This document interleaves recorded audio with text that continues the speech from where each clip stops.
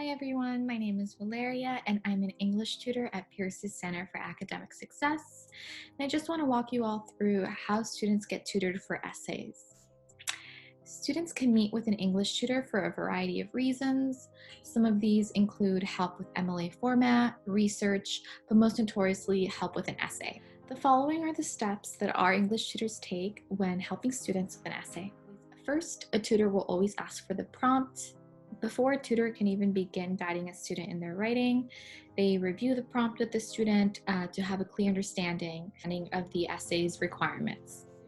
Next, a tutor will read the essay aloud while checking for organization, development, unity, and coherence throughout the paragraphs. Then a tutor will check for grammar and highlight some strong elements in the student's essay while helping them identify and fix any repeated errors. Once the session is over, a tutor may provide a student with any additional resources. We've got a lot of English handouts that can further guide them in their writing. So these are all the steps that our tutors take when helping students with an essay.